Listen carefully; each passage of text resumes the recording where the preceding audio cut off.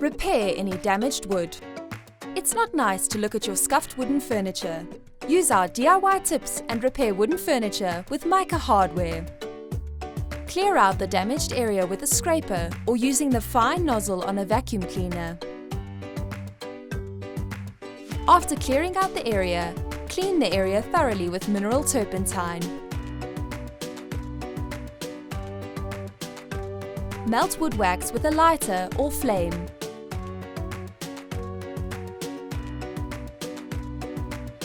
Apply melted wax to the damaged area using a scraper. Polish the area once wax is dry.